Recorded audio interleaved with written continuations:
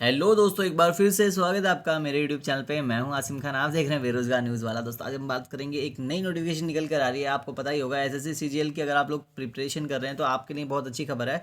CGL के forms निकल चुके हैं, आप जाके अप्लाई कर सकते हैं। आज इसी वीडियो में अपन लोग उसके बारे में डिस्कस करेंगे, कैसे कैसे फॉर्म को भरना है, क्या क्या रिक्रूटमेंट है, इसी के साथ साथ कौन कौन सी डिपार्टमेंट में कितनी कितनी और कौन कौन सी प्रोफाइल्स के लिए वैकेंसी है। ओके, सारा अपन लोग आज डिस्क्लोज करने वाले हैं। ओके, तो कहीं मत जाना, वीडियो को पूरा देखना, बिल्कुल साथ में बने रहना। ओके, तो चलिए शुरू करते हैं बिना देर करे। ओके, सो आप देख पा रहे होंगे भारत सरकार द्वारा ये जो एसएससी है, स्टाफ सिलेक्शन कमीशन है, इसमें सीजीएल यानी कि जो कंबाइंड ग्रेजुएशन लेवल टेस्ट होता है, जो आपका स्नातक लेवल पे जो टेस्ट होता है, उसके टेस्ट के लिए जो है निकल चुका है, एप्लीकेशन निकल चुके हैं। तो मैं आपको बता दूं, ऑनलाइन जो सबमिशन एप्लीकेंट कर सकते हैं वो 3/4/2023 से 3/5/2023 यानी कि 3 अप्रैल से जो है 3 मई तक ये फॉर्म जो है भरे जाएंगे। लास्ट डेट मैं आपको बता दूं, receipt of offline online applicants, so 3/5/2023 है। मैंने आपको बता दी लास्ट डेट 3/5 है, यानी कि 3 मई इसका लास्ट डेट हो जाएगी। 1 महीने ही इस फॉर्म को आप भर सकते हो। ओके, इसी के साथ साथ last date for making online fees payment, ये 4 तारीख तक आपको ये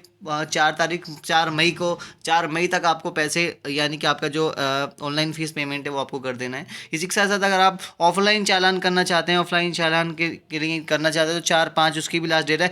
ऑफलाइन चालान तो आपको पता ही होगा, अगर आप ऑनलाइन मोड में पेमेंट नहीं करना चाहते तो एक ऑफलाइन चालान जनरेट होता है, जिसके थ्रू आप एसबीआई बैंक में जाके जो है ऑफलाइन चालान के पैसे भर सकते हैं, जो आपके फीस पेमेंट हो गए। इसी के साथ last date for payment through चालान during working hours of bank, ठीक है। लास्ट अगर मैं ऑफलाइन चालान की बात करूँ तो 5/5/2023 है, ठीक है, यानी कि 5 मई है, ठीक है।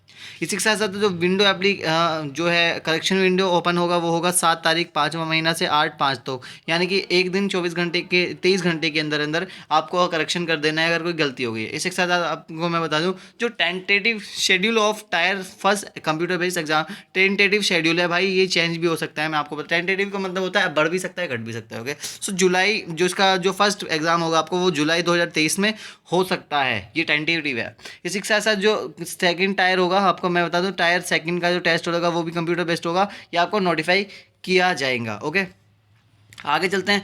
पोस्ट की डिटेल अपन लोग देख लेते हैं। असिस्टेंट ऑडिट ऑफिसर की मैं आपको बता देता हूँ। पे लेवल आप देख लीजिए, 47,600 से 1,51,100 है, ठीक है। जो पे लेवल है 8th पे लेवल। ओके, सो इसमें दो वैकेंसी मतलब दो वैकेंसी नहीं है, दो प्रोफाइल्स पे वैकेंसी है। इसमें फर्स्ट है असिस्टेंट ऑडिट ऑफिसर की और दूसरा जो है असिस्टेंट अकाउंट्स ऑफिसर की, एएओ के लिए और एएओ के लिए, दोनों एएओ के लिए। तो देख लिया, डिपार्टमेंट है Indian audit accounts and department under CNAG। Okay, और सेकंड वन है Indian audit accounts and department under CAAG। Okay, दोनों सेम ही डिपार्टमेंट है, राइट। तो चलिए चलते हैं। इसमें ग्रेड जो बी ऑफिसर हैं, आप ग्रेड बी ऑफिसर के लिए निकालिए। Group gazetted ministerial, non gazetted non ministerial के लिए, ठीक है। ग्रुप बी गैजेटेड के लिए, ठीक है, नॉन मिनिस्ट्रियल है। और एज लिमिट की बात करूं तो अगर आप असिस्टेंट ऑडिट ऑफिसर के लिए भर रहे हैं तो इसमें 18 से 30 दोनों सेम ही है। ओके, सेकंड वन है, इसमें बहुत सारी वैकेंसी है। जो सेकंड वन वैकेंसी है, इसमें बहुत सारी प्रोफाइल्स के लिए वैकेंसी है। मैं आपको बता दूं, पे स्केल इसमें 44,900 से 1,00,000 जो है 42,400 रुपये है। इसमें आपकी अलग अलग डिपार्टमेंट के लिए निकली है, बहुत सारी बार बार नहीं पढ़ूंगा, तो आप एक मोटा मोटा लेके चलिए। तो 20 से 30 साल के जो है आपके अंदर अंदर ये आप फॉर्म को भर सकते हैं। आप जानते होंगे यार, अगर आपने ग्रेजुएशन कर लिए तो आप ऑब्वियसली 20+ ही होंगे, ठीक है, 20+ होंगे, नहीं है तो 80+ से भी इसमें वैकेंसी हैं, जैसे असिस्टेंट सेक्शन ऑफिसर के लिए। ग्रुप बी की ये सारी वैकेंसीज हैं, ठीक है। CBIC, ठीक है, मिनिस्ट्री ऑफ इलेक्ट्रॉनिक्स से आप देख पा रहे होंगे। ये सारा जो है चार्ट आप देख लेना, ठीक है, ये सारा चार्ट आप देख लेना। इंटेलिजेंस ब्यूरो में assistant section officer group B 18 से 30 असिस्टेंट सेक्शन ऑफिसर। ये मिनिस्ट्री ऑफ रेलवे में भी है असिस्टेंट सेक्शन ऑफिसर, अलग अलग जगह निकली है इसमें वैकेंसी है, ठीक है। ये सब आप देख लेना। ओके, ये मुझे लग रहा है तो ये ठीक है। थर्ड वन ये हो गया हमारा, ठीक है, ये हो गया। अगर आगे चले तो जो है ये तीसरा सेक्शन की बात करूं तो इसमें पे लेवल होगा, इसमें होगा 35,400 से 1,12,400 इसमें, ठीक है। इसमें 18 से 30 साल है। और एक पोस्ट है इसमें जूनियर स्टेटिस्टिकल ऑफिसर के लिए, जो कि ये है ministry of statistics and programme implementation. Okay, group B में लें और ग्रुप बी में है इसमें भी, और 18 से 32 साल इसकी जो एज लिमिट है, राइट। सो ये आप देख लेना, आपको मैं इसमें आपको हाईलाइट करके देता हूँ, आप इसको जो है पॉज करके देख लेना। वैसे आप मुझे कमेंट करके बताना कि जो आपका मतलब जो आपका ड्रीम जॉब है सीजीएल के अंदर वो क्या है, ठीक है, ताकि मैं भी तो जानूं कि आप सीजीएल में किस किस पोस्ट के लिए तैयारी कर रहे हो या फिर रैंडम पोस्ट के लिए तैयारी कर रहे हो, राइट। तो आप बता देना। ओके, सो जो अगर मैं फोर्थ सेक्शन की बात करूँ, उसमें पे लेवल 5 के लिए तो इसमें 29,400 से सैलरी है और 92,300 तक। ओके, सो ऑडिटर की इसमें अकाउंटेंट और ऑडिटर के लिए निकली है जो कि ऑफिस से अंडर CNAG के, ठीक है। तो इसमें 18 से 27 साल एज है, ठीक है। पे लेवल फोर्थ की बात करूँ तो 25,500 से 21,100 है। तो postal assistant, sorting assistant, senior secretarial assistant, upper division clerk इसमें भी है। तो इसमें भी हमें हाईलाइट कर देता हूँ, आप अपने अकॉर्डिंग देखना, वरना वीडियो बहुत लॉन्ग हो जाएगी। ऑलरेडी ये 5 मिनट 33 सेकंड की हो चुकी है, right. So vacancy and reservation आप देखना, ठीक है। ये मैं धीरे धीरे इसको स्क्रॉल करता हूँ। नेशनलिटी देख लेते हैं, ठीक है। नेशनलिटी एक तो बंदा इंडियन है तो भैया फिर तो भर ही सकता है, इंडियन है तो ऑब्वियसली भर ही सकता है। अगर आप नेपाल के रिफ्यूज हैं या फिर भूटान के रिफ्यूज हैं, जो बंदे आए थे जो है हमारे आज़ादी से पहले आ गए थे और फिर परमानेंटली इंडिया में शिफ्ट हो गए, तो वो लोग भी सिर्फ क्या बोलते हैं रिक्रूटमेंट में हिस्सा ले सकते हैं, राइट। तो अभी बात करते हैं एज लिमिट की, बात कर लेते हैं। तो 18 साल जो है कैंडिडेट की, अगर 18 से 27 साल के लिए भर रहे हैं तो आपकी जो एज होनी चाहिए 28/1996 से 1/8/2005 होनी चाहिए। ओके, ये सब आप देखना है अपने अकॉर्डिंग। ओके, इसी के साथ साथ दोस्तों कैटेगरी की बात करते हैं। एज रिलैक्सेशन है, ये एज रिलैक्सेशन अपने अकॉर्डिंग देखना। सब कुछ बताऊंगा तो बहुत ज़्यादा वीडियो लॉन्ग हो जाएगी और फालतू में आप लोगों का भी टाइम वेस्ट होगा, ठीक है। आप एक स्टूडेंट है और स्टूडेंट टाइम में बहुत कम टाइम होता है, so you have less time to achieve your goals. Okay, so हम लोग फालतू की बात करके क्या मिलने वाला है, राइट। सो अगर कुछ इंपॉर्टेंट होगा तो मैं आपको खुद ही अपडेट कर दूंगा। आप कमेंट कर देना कि मेरे को ये नहीं मिला, तो मैं खुद कमेंट करके बताता हूँ। आप कोई भी वीडियो कमेंट चेक कर लो, मैंने हर कमेंट का रिप्लाई ज़रूर दिया है। ओके, सो एक्स सर्विसमैन वगैरह आप सब देख लेना। ओके, मैं चाहता हूँ कि आपके पास सही और सटीक जानकारी पहुँचे, ठीक है। ये सब देखते रहना। Okay,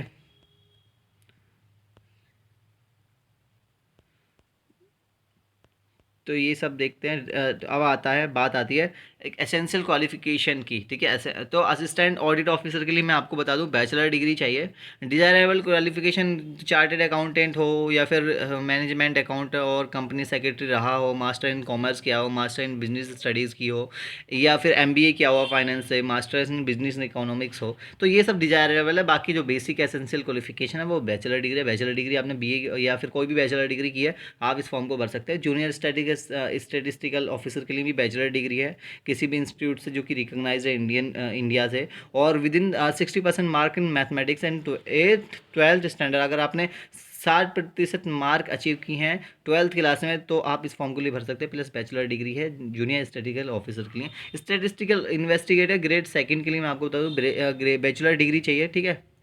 With statistics as one of the subject from recognized university or institute, the candidate must have studied statistics as a subject in all the 3 years or the 6 semester on the graduation of course. Okay, so अगला है research assistant in national human right commission NHRC, ठीक है। इसमें essential qualification bachelor degree है, ठीक है। Okay, इसी के साथ डिजायरेबल आप देख लेना, ठीक है। अगर आपको ये तो प्लस पॉइंट अगर हो रहा है तो ऑल अदर पोस्ट के लिए बैचलर डिग्री इन्होंने की हुई है, ठीक है। आगे चलते हैं।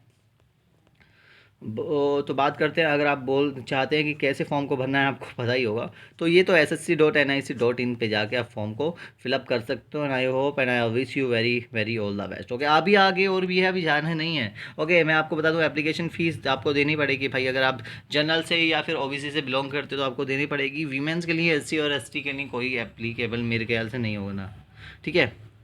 Women candidate and candidate belonging to the scheduled caste SC/ST, personal with benchmark PWD and external, ठीक है। इन सब में इन लोगों को छूट दी हुई है। जो वीमेंस हैं, जो ST से बिलोंग करते हैं, जो PWD कैंडिडेट है, एक्स सर्विसमैन ESM है या फिर SC से का है या फिर, ठीक है। तो ये सब बेंचमार्क जो तो इन लोगों के लिए कोई फीस नहीं है। ओके, सो आप ऑनलाइन फीस को पेमेंट कर सकते हो, फिर ऑफलाइन चालान भी कर सकते हो। ओके, आगे चलते हैं।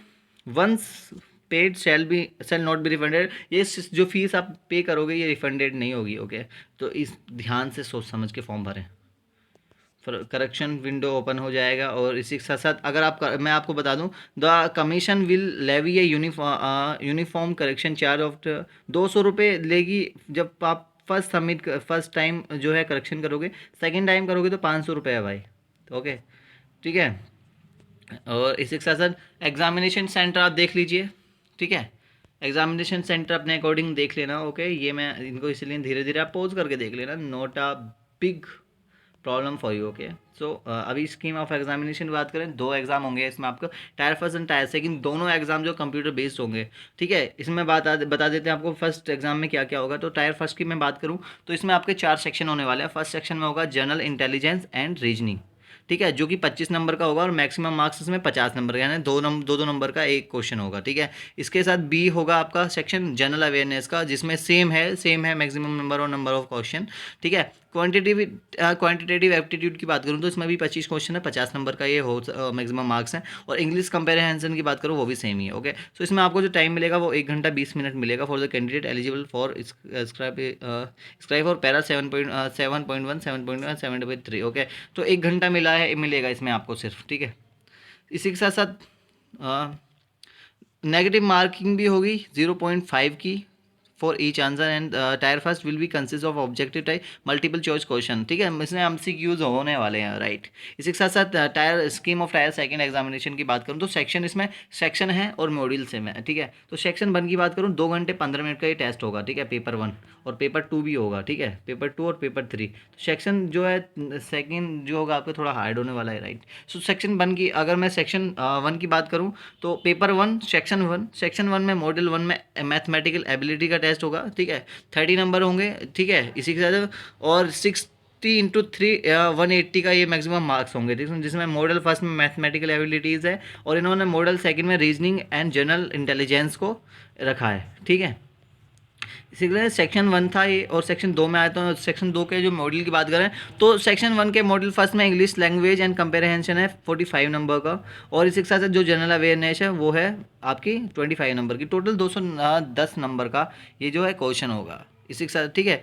जो पेपर फर्स्ट के लिए वही 1 घंटा है ईच सेक्शन के लिए, एक एक घंटा रखा है। ओके, सो आगे दिया है सेक्शन 3 की बात करूँ मॉडल फर्स्ट की, तो इसमें आपका कंप्यूटर नॉलेज मॉडल होने वाला है जो कि 20 नंबर का होगा, ठीक है।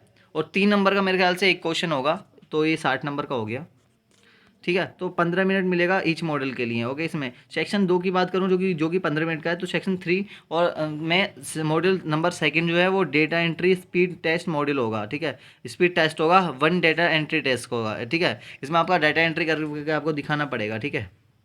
वो भी 15 मिनट का ही है, ठीक है। फिर होगा आपका पेपर सेकंड होगा, ठीक है, जो कि 100 नंबर का होगा। 2 नंबर का एक क्वेश्चन होगा, 2 घंटे आपको मिलेंगे, तो ये 200 नंबर का है। इसी के साथ पेपर थर्ड होगा जो कि general studies finance and economics का होगा, ठीक है। तो ये भी 100 नंबर का है, 200 नंबर 100 क्वेश्चन है और 200 नंबर का टेस्ट हो गया।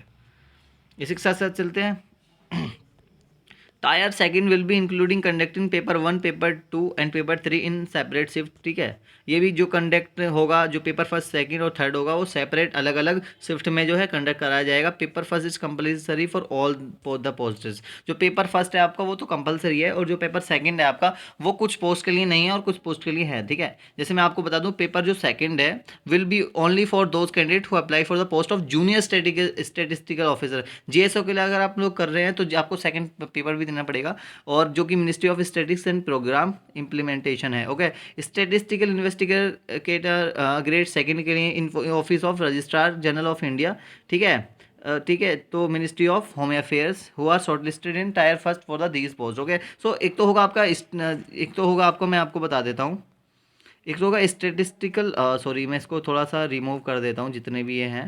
तो एक तो होगा आपका स्टेटिस्टिकल इन्वेस्टिगेटर ग्रेड सेकंड, और एक है आपका स्टेटिस्टिकल ऑफिसर जेएसओ के लिए। ओके, तो अगर आप इन 2 पोस्ट के लिए फॉर्म को अप्लाई कर रहे हैं देन आपको भैया जो है पेपर सेकंड भी देना पड़ेगा। ओके, पेपर थर्ड की बात करते हैं तो ये ओनली लोगों के लिए बनाया गया है जो शॉर्टलिस्ट, जो बंदे शॉर्टलिस्ट होंगे टायर फर्स्ट और पेपर सेकंड थर्ड में। ओके, जो असिस्टेंट ऑडिट ऑफिसर के लिए फॉर्म भर रहे हैं या फिर असिस्टेंट अकाउंट्स ऑफिसर के लिए फॉर्म भर रहे हैं, जो मैंने आपको जो है पहले बताया था। ओके, ठीक है, आगे चलते हैं। सेक्शन जो 1 है मॉडल मैथ में, ये तो मैंने बता दिया, ठीक है, ये आप देख लो। Okay, section first will include containing section, ये सब आप देखना। ओके, और अगर आपको लगता है ये मुझे बताना चाहिए तो मैं एक और वीडियो बना दूंगा, not a big issue. Okay, तो ये जो पेपर फर्स्ट है वो आपको सबको मैंडेटरी है, सबको देना ही देना है। ओके, तो इसी के साथ साथ मॉडल सेक्शन ये सब दिया हुआ है, आप देख लेना। ओके, सो ये था मेरे ख्याल से, अभी और भी है, अभी बहुत कुछ है भाई। ये तो आपका ये वो हो गया जो आपका सिलेबस भी दिया हुआ है, number system, fundamental arithmetical operation, algebra, geometry. ठीक है, ये सब आप देखना। ठीक है, आगे चलते हैं, ये सब देखता रहे जो है आप देख सकते हैं। तो सो ये ही था इसमें जो मेन था मेरे को लगता है। सो आपको बता दूं जो आपको पढ़ने वाला है, ये मुझे लगता है कि ये क्या लिखा है इन्होंने, ये देखो, ये आपको डॉक्यूमेंट की ज़रूरत पड़ सकती है, ये तो छोड़ी, कोई वैलिड प्रूफ चाहिए होगा, वो छोड़ो। ठीक है, डॉक्यूमेंट वेरिफिकेशन के लिए जाओगे तो मैं आपको बता दूं, जब आप डॉक्यूमेंट वेरिफिकेशन के लिए जाओगे तो अपने सारे हार्ड कॉपी लेके जाना है, कोई भी फोटो कॉपी वगैरह नहीं लेके जाना। ओके, हार्ड कॉपी में लेके जाना अपना ओरिजिनल, जितने भी आपके सर्टिफिकेट्स वगैरह हैं। ओके, वरना आपको बाद में दिक्कत होगी, ये सब चाहिए।